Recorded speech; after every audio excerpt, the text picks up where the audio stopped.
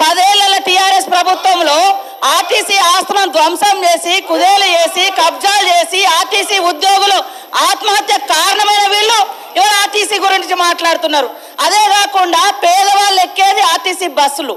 అలాంటి బస్సుల రేట్లు పెంచి ఇవాళ ఆడవాళ్ళు బస్సులలో వస్తే తట్టుకోలేకపోతున్నారు.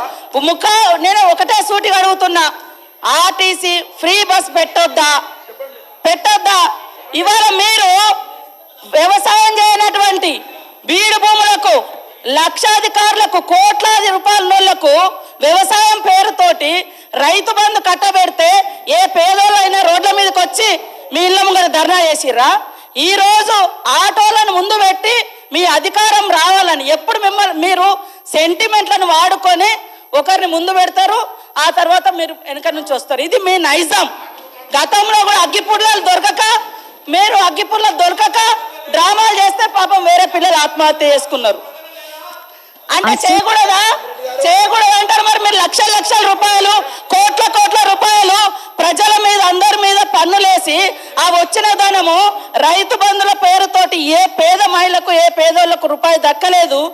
కానీ మీరు మాత్రము లక్షలు ఎత్తుకున్నప్పుడు ఏ పేదోళ్ళన్న రోడ్ల మీదకి వచ్చి మాకెందుకు ఇవ్వలేదని అడిగించేటట్టుగా మేము రెచ్చగొట్టినామా?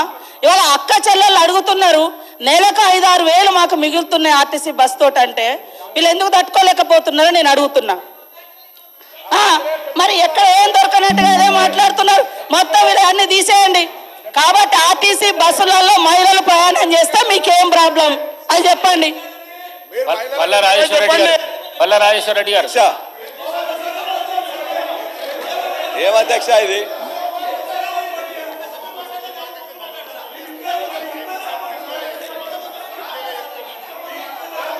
అధ్యక్ష, ఇప్పుడు ముఖ్యమంత్రి గారిని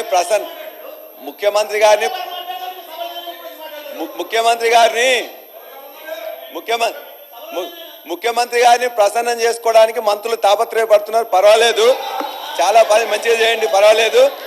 అదే కదా మేము అడిగేది ఏంటంటే మేము చెప్పినాం అధ్యక్ష. నేను ఒక్కరిని మాట్లాడుతుంటే 5 నిమిషాలు కూడా మీరు సమయం ముందే వాళ్ళందరూ మాట్లాడుతున్నారు. అధ్యక్ష మంత్రులకు అవకాశం అధ్యక్ష ఒకటే హరీష్ రావు గారు, మీరు కూడా గత సీనియర్ సభ్యులు మేము మాట్లాడాలి అధ్యక్ష. అధ్యక్ష ఒక్క నిమిషం.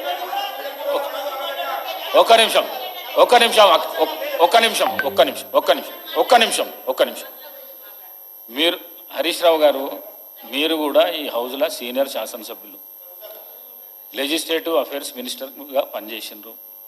సభా ప్రాంగణంలో ఏమవుతున్నది అనేది అందరికంటే ఎక్కువ మీకు తెలుసు. కానీ మీరు కూడా మధ్యలో కామెంట్ చేస్తే